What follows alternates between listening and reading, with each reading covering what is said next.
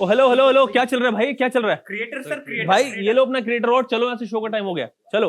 हाय, मैं हूं अयाज और आप देख रहे हो आउट ऑफ द बॉक्स। इनसे निपटूंगा मैं बाद में, लेकिन सबसे पहले आपको बताता हूं कि आज आउट ऑफ द बॉक्स में मैं आपके लिए क्या लेके आया हूं। iQOO ने फिर से एक नया फोन लॉन्च कर दिया है, Z9। इसका रिव्यू आप देखोगे। साइबर सिक्योरिटी में जानेंगे कि कैसे साइबर क्रिमिनल्स लोगों को उन्हीं के घर में कैद करके उन्हीं के बैंक अकाउंट खाली कर रहे हैं।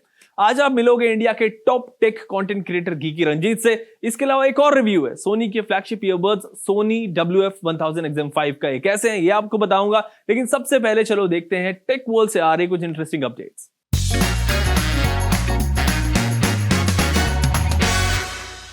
यूएस के कंपनी ने दुनिया का पहला एआई सॉफ्टवेयर इंजीनियर बना लिया है। इसने ना कहीं से डिग्री ली है ना पढ़ाई की है, लेकिन फिर भी हर तरीके की कोडिंग ये कर सकता है, ऐप डेवलप कर सकता है। इस एआई सॉफ्टवेयर इंजीनियर ने बड़ी एआई कंपनियों के इंटरव्यूज भी क्रैक कर लिए हैं और ये अपवर्क पर फ्रीलांसर्स को मिलने वाले काम को भी आसानी से कंप्लीट कर रहा है।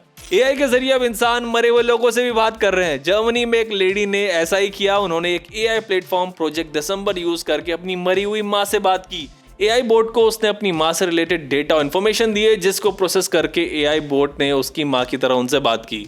नया आईफोन लॉन्च होने के बाद पुराने मॉडल्स की कीमत कम हो जाती है, लेकिन 2007 में लॉन्च हुए ओरिजिनल आईफोन के साथ एक अलग ही खेल हो रहा है। 16 साल पहले लॉन्च हुआ एप्पल का आईफोन 1.5 करोड़ रुपए में बिक रहा है। ये आईफोन अनयूज्ड है और इसका बॉक्स भी सील्ड पैक है। जो लोग वोकल कॉर्ड में इशू की वजह से बोल नहीं सकते, वो दूसरे लोगों की तरह बोल पाएंगे। यूएस में रिसर्चर्स ने एक स्टिकर डेवलप किया है जिसको नेक पर लगाया जाएगा।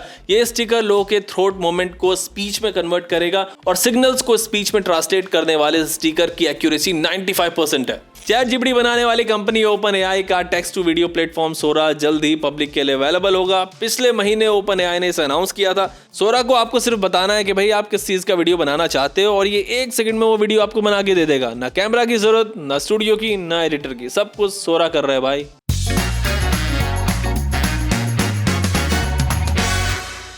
आउट ऑफ द बॉक्स में अब देखते हैं iQOO Z9 का रिव्यू। अरे भाई, मेरी दिक्कत पहले सॉल्व करो। इसकी दिक्कत बता। तो बढ़िया बंदा है, उनके साथ क्या कर रहा था यहाँ? अरे रील बना रहा था, 24 घंटे फोन पे लगा रहता। बता। शौक है, वो भी एक शौक है, लेकिन मेरी दिक्कत ये देखिए ना, वही शौक है इसका। बता प्रॉब्लम।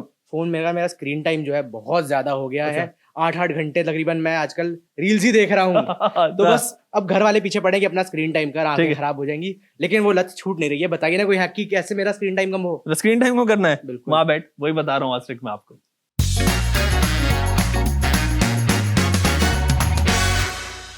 अगर आपको भी लगता है कि आप डेली बहुत ज्यादा फोन यूज करते हो और यूज करते करते फोन आपका सर दर्द हो जाता है और आपको स्क्रीन टाइम कंट्रोल करना है, तो इसके लिए आपको फोन की सेटिंग्स पे जाना है। वहां डिजिटल वेलबींग का आपको ऑप्शन दिखेगा और उस पर आपको क्लिक करना है। एंड यहाँ पर ये जो घड़ी बनी हुई है, घड़ी सी, इस पे आपको क्लिक करोगे। यहाँ डैशबोर्ड में आप जाओगे और यहाँ पे आपको दिखेगा कि आप कौन सा ऐप कितनी देर यूज करते हो दिन में। अब आप यहाँ से किसी भी ऐप पे टाइमर सेट कर सकते हो। उससे ज्यादा वो ऐप आप एक दिन में नहीं चला पाओगे। सपोज यूट्यूब पे आपको 30 मिनट का टाइमर सेट करना है। सो जब आप एक दिन में 30 मिनट यूट्यूब चलाओगे तो आपका यूट्यूब खुद ब खुद लॉक हो जाएगा एंड ये फिर ओपन नहीं होगा, which means full stop for the day. इसको रीओपन करने के लिए आपको सेटिंग्स पे दोबारा जाना पड़ेगा और टाइमर को रीसेट करना पड़ेगा।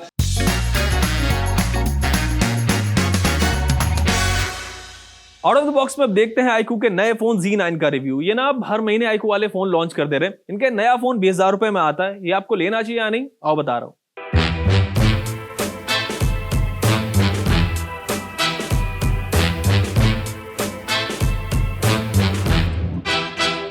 तो ये iQOO Z, कौन सा Z है? Z तो हम है, ये कौन सा Z है? ये है iQOO Z9। तो ये Z9, इतने फोन बना रहे लोग, नाम याद रखना मुश्किल हो जा रहा है। दिसंबर में iQOO 12 आया था, फिर अभी पिछले महीने Neo 9 Pro बनाया और अभी ये Z9। अब देखो फोन बनाया तो बढ़िया यार इन्होंने। बैक पर आप देखो, ये डिजाइन बढ़िया सा लगता है बॉस, जैसे पेंटिंग करते वक्त ब्रश स्ट्रोक्स नहीं होते या फिर पंख होते कबूतर के, कुछ वैसा डिजाइन है। बैक पे जब लाइट पड़ती है ना इस पर तो शाइन करता है। वैसे मैट फिनिश है बैक पैनल पर, ग्लॉसी नहीं है दिखने में। इवन होल्ड करने में फोन ना थोड़ा प्रीमियम सा लगता है। प्लास्टिक पैनल है बैक पे, फ्रेम भी प्लास्टिक का है। कैमरा मॉड्यूल आप देखो, यहाँ पे ना ये ग्लॉसी फिनिश है इधर और ये दिखने में अच्छा सा लगता है। साइड पे आप देखो फ्लैट साइड्स इन्होंने दी है। इन हैंड फील अच्छी है, फोन की ग्रिप भी अच्छी है। एक हाथ से आप इजीली फोन को ऑपरेट कर पाओगे, चला पाओगे। 7.88 mm थिकनेस इसकी, ज्यादा नहीं है मुझसे। वेट में भी लोअर साइड पे 188 ग्राम इसका वेट है। सो डिजाइन वाइज तो फोन मुझे बढ़िया लगा। Z7 से बड़ी डिस्प्ले है, उसमें 6.4 इंच था। Punch hole display and screen के साइड्स में आप देखो हल्के से बेजल्स आपको दिखेंगे चारों तरफ, जिन पर थोड़े ज्यादा है। इस प्राइस के हिसाब से आई वुड से अच्छी डिस्प्ले लग रही है। एमोलेड पैनल यहाँ पे आपको मिल रहा है, अच्छे कलर्स यहाँ पे आपको मिलते हैं, vibrant vibrant and punchy colours आप एक्सपेक्ट कर सकते हो डिस्प्ले पे। एंड इस पे आप यूट्यूब एंड नेटफ्लिक्स से HDR कंटेंट देख पाओगे। ब्राइटनेस में भी it's very good. iQOO claims के 1800 निट्स की पीक ब्राइटनेस है, सो इसे I can't test, but phone को यूज करते हुए लगता है कि यार अच्छी खासी ब्राइट डिस्प्ले है। कोई दिक्कत कोई प्रॉब्लम मुझे नहीं आई फोन को ऑपरेट करते हुए बाहर भी। ऑल्सो 120 हर्ट्ज रिफ्रेश रेट है, सो डिस्प्ले पर इंटरेक्शन स्मूथ लगता है। ऑल्सो टच रिस्पॉन्स भी बढ़िया है। कैमरा आप देखो तो डुअल कैमरा सेटअप यहाँ पे है। 50 मेगापिक्सल का इन्होंने प्राइमरी कैमरा दिया है, 2 मेगापिक्सल का depth lens. Ultra wide camera यहाँ पे नहीं है। प्राइमरी कैमरा है सोनी का IMX882 सेंसर एंड ये अच्छे फोटोज क्लिक करता है। डे लाइट में फोन मस्त फोटोज क्लिक करता है। फोटोज आपको ना क्रिस्प लगते हैं, कलर्स भी अच्छे आपको यहाँ पे दिखेंगे एंड डिटेल्स को भी अच्छे से कैप्चर करता है कैमरा। आप देखो iQOO ने ना अपने कैमरे पे लगता है काफी काम किया पिछले कुछ दिनों में एंड वो यहाँ पे दिख रहा है। इवन iQOO Neo 9 Pro जो पिछले महीने लॉन्च हुआ था, इनका जो फ्लैगशिप मॉडल है iQOO 12, उसके कैमरे में भी ना सॉलिड इंप्रूवमेंट्स थी। Z9 का कैमरे को भी ना आप 25 से 30 हज़ार वाले फोन के कैमरे से कंपेयर कर सकते हो। So again a great job. Portrait shots भी अच्छे आते हैं यहाँ पे, अच्छा डिटेक्शन आपको यहाँ पे मिलता है, इट्स प्रीटी एक्यूरेट। सेल्फी भी आप देखो अच्छे से क्लिक कर रहा है, ये अब्दुल को हीरो बना रहा है यहाँ पे।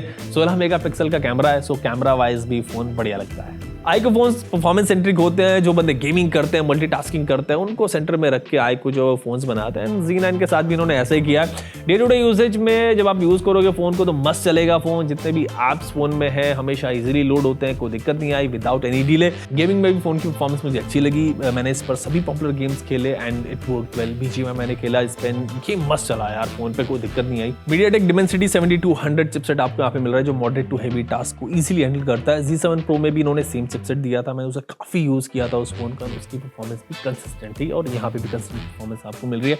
8GB रैम है फोन में, which I think is enough and मेरे पास ये 256GB वाला वेरिएंट इन्होंने भेजा। बेस वेरिएंट में 128GB स्टोरेज है। ऐसा नहीं है कि मतलब फोन में सब कुछ यहाँ चांदी सब कुछ बढ़िया है, कुछ कमी नहीं है। UFS 2.2 स्टोरेज टाइप इन्होंने दी है। 3.1 यार होना चाहिए था, सो नॉट गुड। FunTouchOS 14 यहाँ पे है बेस्ड ऑन Android 14। 2 साल की सॉफ्टवेयर अपडेट्स एंड 3 साल की सिक्योरिटी अपडेट्स iQOO प्रॉमिस कर रहा है। बैटरी यहाँ पे 5000 mAh की with 44 watt fast charge support है। अराउंड 30 से 32 मिनट में ना फोन अराउंड 50% तक चार्ज हो जा रहा है। बैटरी बैकअप आई वुड से इज गुड, एक दिन फोन इजीली निकाल देता है यार मॉडरेट यूसेज पे। तो बैटरी बैकअप वैसे आजकल सभी फोन के ठीक ठाक में कोई दिक्कत होती नहीं है। इसका बेस वेरिएंट 8GB 128GB 20,000 रुपए का और 8GB 256GB वो 22,000 रुपए का, और इस प्राइस में आई वुड से it's a good phone. Display यहाँ पे बढ़िया है। कैमरा पे इस बार इन्होंने काफी मेहनत की है, काम कैमरा काफी बेहतर हुआ है। परफॉर्मेंस भी हमेशा की तरह iQOO फोन की सीमलेस रही है। सो अगर आपको परफॉर्मेंस सेंट्रिक फोन चाहिए तो you can easily go for the iQOO Z9।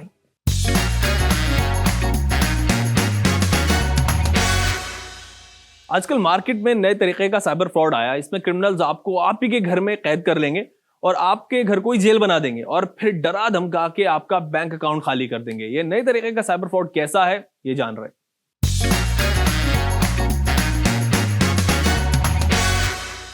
Digital arrest cyber crooks की एक नई तरकीब है जिसके अकॉर्डिंग वो आपको कॉल करते हैं लॉ ऑफिशियल्स बनकर और विक्टिम्स के ऊपर ये एलिगेशन लगाते हैं कि उनका सिम कार्ड या आधार कार्ड या बैंक अकाउंट या कोई और अकाउंट किसी गैर कानूनी यानी इल्लीगल काम में यूज हो रहा है। ऐसे कई केसेस दिल्ली NCR में सामने आए हैं और हाल ही में डिजिटल अरेस्ट का एक नया केस सामने आया है नोएडा सेक्टर 45 के आम्रपाली सफायर से, जहां स्कैमर्स ने एक 32 ईयर ओल्ड टेकी को अपने घर में ही बंदी बना लिया और उनके बैंक से 3,75,000 चोरी कर लिए। पूरा मामला 28 फरवरी का है जब नोएडा की सुकीर्ति वर्मा को सुबह 10:30 बजे एक कॉल आता है। कॉलर अपने आप को कुरियर कंपनी के एम्प्लॉय बताते हैं और विक्टिम से कहते हैं कि उनका पार्सल जो मुंबई से ताइवान जा रहा था उसे कस्टम ऑफिशियल्स ने जब्त कर लिया है क्योंकि उसमें आपत्तिजनक सामान मौजूद था। विक्टिम का कहना है कि उस कॉल को फिर एक पुलिस ऑफिसर को ट्रांसफर किया गया जिसने विक्टिम को प्रेशराइज किया कि आप एक स्काइप लिंक को ज्वाइन करें और कहा 7 घंटे तक उनसे पूछताछ करने का एक नाटक भी किया। साथ ही फ्रॉडस्टर्स ने विक्टिम को डरा धमका के कहा कि अगर वो कोऑपरेट नहीं करेंगी तो उनकी फैमिली को नुकसान भी पहुंचाया जा सकता है। ये कहकर उन्होंने विक्टिम को 7 घंटे तक बैठाए रखा, एक ही रूम में उनके बैंक अकाउंट डिटेल्स लिए और उनसे कहा कि अगर वो इस केस से अपना नाम हटाना चाहती हैं तो उन्हें कुछ पैसे ट्रांसफर करने पड़ेंगे और फिर सुकीर्ति के अकाउंट से 3,75,000 विड्रॉ हो गए। ऐसा पहली बार नहीं हुआ है। इस स्कैम को फेक पार्सल ट्रिक कहा जाता है। इस स्कैम में कई बार फ्रॉडस्टर्स डीप फेक का भी यूज करते हैं। फ्रॉडस्टर्स डीप फेक का यूज करके ऑफिशियल्स का एक वीडियो प्ले करते हैं वीडियो कॉल के दौरान, या आपको वो वीडियो भेजते हैं और इस तरह से वो आपके पैसे लूट लेते हैं। हम जितना टेक्नोलॉजिकली एडवांस हो रहे हैं, स्कैमर्स हमसे 2 कदम आगे चल रहे हैं। अगर आप कभी ऐसे कॉल्स रिसीव करते हैं तो पैनिक ना करें। किसी भी लिंक पर अगर आपको क्लिक करने को कहा गया या आपको धमकी दी गई तो उनसे कहें कि आप उनसे आकर पुलिस स्टेशन में डायरेक्टली फिजिकली मिले। साथ ही अगर आपको कोई वीडियो भेजा जाए तो उसे एनालाइज ज़रूर करें। डीप फेक वीडियोस में लिप सिंकिंग जो रहती है वो सही नहीं रहती और आप आसानी से समझ सकते हैं कि ये एक डीप फेक वीडियो है और इस स्कैम से बच सकते हैं।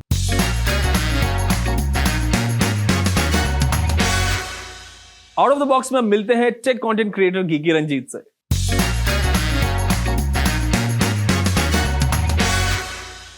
हाय Ranjeet, welcome to out of the box. कैसे हैं आप? I am very good and thank you for inviting me on your show. Yeah thanks Ranjeet. Ranjeet, हम आउट ऑफ द बॉक्स को शुरू करते जब भी किसी गेस्ट से बात करते हैं तो टेक हैक के साथ हमारे व्यूअर्स के लिए। तो आपके पास हमारे व्यूअर्स के लिए क्या टेक हैक है, थोड़ा आप वो शेयर करें सबसे पहले। ये टेक हैक नहीं है कि लाइफ हैक देता हूँ मैं। आजकल क्यों एक चीज़ हो रही है कि लोग ना काफ़ी इन्फ्लुएंस हो जाते हैं, इंस्टाग्राम पे देखते हैं, यहाँ देखते हैं ये नया गैजेट वो गैजेट मतलब इम्पल्स परचेज कर देते हैं इमीडिएटली, सोचते नहीं आ रहे। और क्योंकि आजकल इतना अट्रैक्टिव बनाते हैं लोग कि भाई ये तो मस्ट है, भाई ये सबसे बढ़िया है, और आप जाके ले लेते हो और 2-3 दिन के बाद आप लाइक ये क्या था यार। तो whenever you feel something like this, I would suggest delay your purchase by 4 या 5 दिन से आप उसको डिले करो। क्योंकि अगर आप इसको डिले करोगे तब आपको आपके दिमाग में चलेगा कि do you really need this. Ranjit, अब बात करते हैं, स्टार्ट करते हैं आपसे। तो आपसे सबसे पहले यही पूछूंगा कि कैसे स्टार्ट किया आपको। मैं देखता हूँ मतलब आई थिंक 2010 से शायद आप वीडियोस बना रहे हो, मतलब as a content creator YouTube पे टेक की। तो हाउ डिड यू स्टार्ट? आप इंडिया में सबसे पहले कंटेंट क्रिएटर्स में से एक हो। हाँ, एक्चुअली 2010 में मैं प्रिपरेशन शुरू करा था एंड जनवरी ऑफ 2011 में मैं डालना शुरू कर दिया था यूट्यूब वीडियोस। एंड इससे पहले एक्चुअली मेरी टेक का ही करता था, लेकिन मैं ब्लॉग लिखता था। तो लेकिन जब क्या हो गया था, बहुत जने मैं पूरा ब्लॉग लिखता था 5-7 पेजेस का, लोग उसको कट एंड कॉपी पेस्ट कर लेते थे, रीयूज कर लेते थे। तो मैं सोचा भाई अब मैं वीडियो में बनाऊंगा, आप कॉपी करके दिखाओ। आप कॉपी करके दिखाओ। So that's how the journey started. Okay, Ranjit, initial challenges क्या थे उस वक्त में जब काफी पहले उतना यूट्यूब तब आया था, उस मतलब पॉपुलर ही हो रहा था इंडिया की बात अगर हम बात करें, और टेक कंटेंट काफी कम होता था, स्मार्टफोन्स पे एंड्रॉइड उस वक्त स्टार्ट ही हो रहे थे। तो कितना चैलेंजिंग था उस वक्त में स्टार्ट करना? वो टाइम तो चैलेंजिंग बहुत था, क्योंकि आधे लोगों को तो यूट्यूब क्या चीज़ है वो पता नहीं था। और मतलब आजकल तो कंपनीज रिव्यू यूनिट्स ये वो भेज देते हैं, जब तो वो कुछ कॉन्सेप्ट ही नहीं था उसके बारे में। हाँ, तो मतलब हर चीज़ मुझे खरीदना पड़ता था, उसके बाद रिव्यू करना पड़ता था और डिफ़िकल्ट हो जाता था। अभी तो इकोसिस्टम काफ़ी इम्प्रूव हो चुका है, पीआर कंपनीज आ गए हैं जहाँ आप इनसे इंटरेक्ट कर सकते हो। जब मैं स्टार्ट किया था कुछ नहीं था, और मैं मजाक नहीं कर रहा हूँ। आई थिंक सो मेरा जो फर्स्ट रिव्यू यूनिट जो बोलते हैं वो 2015 में मुझे मिला। तो 5 साल खुद खरीद के ये वो जुगाड़ कर आके खुद रिव्यू करता था प्रोडक्ट्स। और एक चीज और बताएं, अभी ब्रांड्स की भी आप बात कर रहे थे कि ब्रांड से भी प्रेशर रहता है, तो आपके पास भी क्या ब्रांड से प्रेशर आता है कि यार इतना मतलब आपने इतना मत करो यार, इतनी सच्चाई मत बताओ किसी फोन की, थोड़ा सा रहने दो, रहम करो हमारे ऊपर, कम बताओ, कुछ ऐसा प्रेशर रहता है क्या? पहले आता था। पहले मैं आपको बोलना नहीं, ब्रांड्स के नाम से तो बोलूँगा नहीं, लेकिन लाइक मेरे रिव्यू के बाद ना पीआर कंपनी से कॉल आते थे बहुत। अच्छा। ये क्यों बोला, इतना ये क्यों वो टॉपिक के पीछे गए। आजकल कम हो गया है, क्योंकि मोस्ट ऑफ द ब्रांड्स, मैं भी अभी इंडस्ट्री में इतने साल से रह रहा हूँ, they know how I work कि भाई ये चीज़ जो है जो रहेगी, सिंपल एज दैट। एंड अगर आप और हाइप करोगे चीज़ को, मैं और टेस्ट करूँगा उसको और बताऊँगा। बिल्कुल, एग्जैक्टली। हाँ, now I think so, but लेकिन यंगस्टर्स के लिए आई फील यार it is tough, because brands will push them, जो यंगस्टर्स हैं उनको। एग्जैक्टली। तो मैं आपको अक्सर एक चीज देखता हूँ, आप वन प्लस का ना जब भी रिव्यू डालते हो, रिटेल यूनिट का डालते हो, तो उनसे कुछ पंगा है क्या मतलब कुछ स्पैट है आपके साथ उनका कुछ? सर, थोड़े साल पहले उन लोग एक मॉडल रिलीज किए थे, याद नहीं है कौन सा, 9 या 10 पता नहीं, उसमें कुछ 5G बैंड्स बोले थे। अच्छा। और वो मैं रिसर्च किया, वो 5G बैंड्स जो है हार्डवेयर है, वो हार्डवेयर था ही नहीं फोन में। तो भाई आप सॉफ्टवेयर अपडेट के थ्रू कैसा दोगे? तो मतलब मैं तो उसके ऊपर वीडियो बना दिया था, तो भाई जब से थोड़ी कट्टी हो गई शिप समझो। तो अभी खरीद के कर लेता हूँ और कुछ नहीं। कोई ऐसा टेक कंटेंट क्रिएटर बताओ आपको ये लगता है कि यार उसके ना वो मेहनत थोड़ी कम करता है लेकिन व्यूज उसके बहुत ज्यादा आते हैं। अरे यार आजकल तो मतलब आप प्रोडक्ट को हाइप कर दो और इमीडिएटली जैसे लॉन्च होता ही हाँ उसको वो कर दो, काफ़ी लोग देखेंगे। सो काफ़ी लोग हैं वैसे जो मतलब हाइप पे वो कर रहे हैं, and I don't want to name names यार, बट आप भी जानते हो चलता है ये थोड़ा बहुत। ये भी है। और कुछ ऐसा बंदा कि जो बहुत ज़्यादा रिसर्च कंटेंट प्रोड्यूस करता है लेकिन यार उसके व्यूज़ नहीं आते। हाँ जैसे मैंने अभी ये बताया, गीक अभिषेक जो है मतलब अपना दिल लगा देता है डिवाइस पे, लेकिन यार हुआ नहीं, मतलब कंपनीज बिकॉज मुंह फटे एकदम, मेरे ख्याल से उसको भी कंपनीज भेजते नहीं है डिवाइसेस। जी दो स्मार्टफोन आप 2023 के ऐसे बताओ जो आपको लगता है यार ये लॉन्च ही नहीं होने चाहिए थे। आप किस ब्रांड को आप नाराज करोगे? मतलब भाई आपने तो मुझे दुविधा में डाल दिया इतने। Oppo I would say like काफ़ी डिवाइसेस लॉन्च कर रहा था, so they can again bring down their वो। And Samsung I would say जो सैमसंग का S23 FE था वो मुझे कुछ समझ में नहीं आया, क्योंकि उसका जो प्राइसिंग था वो S23 जो उनका फ्लैगशिप था उससे थोड़ा क्लोज हो गया था। रंजीत एक चीज और बताएं कि आप कंटेंट क्रिएशन के अलावा और क्या करते हैं? मतलब लोगों को बड़ा जानने का रहता है कि और दूसरा बंदा और क्या कर रहा है। एज ए कंटेंट क्रिएटर तो वो देखते हैं, लेकिन उसके अलावा और कोई क्या करता है? लोग बड़ा इंटरेस्टेड होते हैं इसमें। आजकल तो मैं ज़रा हेल्थ एंड फिटनेस पे काफ़ी अटेंशन दे रहा हूँ, सो काफ़ी टाइम स्पेंड कर रहा हूँ उसके ऊपर। और अपार्ट फ्रॉम दैट मैं सोलार एनर्जी के ऊपर भी काफ़ी काम कर रहा हूँ। इनफैक्ट ये जो आप पूरा स्टूडियो देख रहे हो मेरा, ये पूरा अभी भी पूरा सोलार एनर्जी से चल रहा है, ग्रिड कनेक्टेड नहीं है। सोलार एनर्जी जो है, ग्रीन एनर्जी, ये मेरे हार्ट के पास है, तो इस पर बहुत टाइम स्पेंड करता हूँ। Apart from that I love riding bikes. आजकल हो रहा नहीं है लेकिन I use to ride bikes, and कभी कभार मतलब एक्सबॉक्स है मेरे पास, उस पर गेमिंग वेमिंग कर लेता हूँ, क्योंकि व्हेनेवर माय डॉटर कम्स हम दोनों बैठ के गेमिंग कर लेते हैं। ठीक है रंजीत, सो दैट्स ऑल। आपसे बात करना मतलब आज बड़ा इंटरेस्टिंग लगा आपसे बात करना, एंड वी होप कि आपसे दोबारा भी कनेक्ट करेंगे और फिर अपने व्यूअर्स के लिए कुछ नई चीज आपके साथ मिलकर लाएंगे। Thank you, thanks a lot for inviting me. Take care. Sure, thanks Ranjit.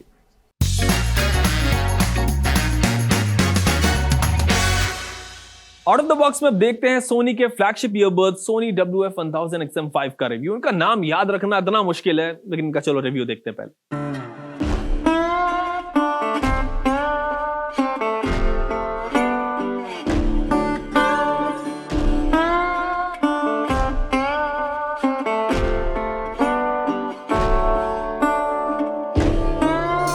ये सोनी WF-1000 XMF, नाम बहुत बड़ा यार इनका। सोनी के जो ईयरबड्स है ना मार्केट में वैसे सबसे advance noise cancelling earbuds category में आते हैं। इस कॉम्पैक्ट केस में आते हैं। देखो केस को सोनी ने पहले के मॉडल्स के मुकाबले ना और ज़रा स्लीक एंड कॉम्पैक्ट कर दिया। See how compact it is. I mean you get matte finish all over it यहाँ पे, and it feels premium. 2 colour variants में आते हैं। सोनी ने रिव्यू के लिए ब्लैक वाला वेरिएंट भेजा है, व्हाइट वाला भी है इनका। सोनी की ब्रांडिंग आपको केस के ऊपर मिलती है, और यहाँ पे आपको ना Type-C पोर्ट आपको मिल जाएगा, चार्जिंग पोर्ट, और LED इंडिकेटर भी आपको यहाँ पे मिलता है। ईयरबड में भी आपको सोनी का सिग्नेचर लोगो मिलता है। ग्लॉसी फिनिश आपको यहाँ पे मिलती है। टच एरिया पे मैटे फिनिश है। इसको ना पूरा मैटे रहने देते तो और बेहतर होता, बट पहन के ना आपको लगेगा कि भाई ये काफी हल्के हैं और लॉन्ग ड्यूरेशन में यूज करने के लिए काफी कंफर्टेबल भी है। ANC परफॉर्मेंस की अगर बात करूं तो सोनी ने इसमें अपना बेस्ट ANC दिया है यार, मतलब जो कि इफेक्टिवली हर बार की नॉइज को ब्लॉक करता है, चाहे आप क्राउडेड एनवायरनमेंट में हो जहां पर कंटिन्यूअस नॉइज रहती है। साउंड क्वालिटी में सोनी ने कोई कसर नहीं छोड़ी है पहले की तरह। There is Sony's 8.4 mm dynamic driver X high resolution LDAC codec support के साथ ये earbuds crystal clear highs, detail mids और मोर देन डिसेंट बेस आपको देते हैं। बहुत ज़्यादा पावरफुल बेस नहीं है, but it's just the right amount of base that you need. Pairing process भी स्ट्रेट फॉरवर्ड है, बस ईयरबड्स को केस से आप निकालो और फोन के ब्लूटूथ की सेटिंग में जाके इनको कनेक्ट कर सकते हो, सेलेक्ट कर लो इजीली। एक सीमलेस कनेक्शन एक्सपीरियंस के लिए सोनी WF-1000 XMF में ना ब्लूटूथ 5.3 कनेक्टिविटी आपको यहाँ पे मिलती है, जो कि स्टेबल कनेक्टिविटी और क्विक पेयरिंग जो है वो इंश्योर करता है। ऑफ कोर्स मतलब कोई दिक्कत नहीं आएगी। बैटरी की बात करें तो बैटरी लाइफ भी काफ़ी इंप्रेसिव है इनकी ना। सिंगल चार्ज पर 8 घंटे तक ऑलमोस्ट ही चल जाते हैं, और चार्जिंग केस के साथ मिलके टोटल अराउंड 36 आवर्स तक की बैटरी लाइफ दे देता है, which is Pretty good. So Exim 5 approximately 24,000 की प्राइस रेंज में है, मतलब एक प्रीमियम चॉइस रहती है इस प्राइस रेंज में। अगर आपको top notch ANC, excellent sound quality और लॉन्ग लास्टिंग बैटरी लाइफ वाली ईयरबड्स चाहिए तो ये आपके लिए परफेक्ट चॉइस हो सकते हैं। For some they could be a bit pricey, किन्हीं को लग सकते हैं, लेकिन अगर आप क्वालिटी और परफॉर्मेंस में कॉम्प्रोमाइज नहीं करना चाहते तो you can easily go for these earbuds.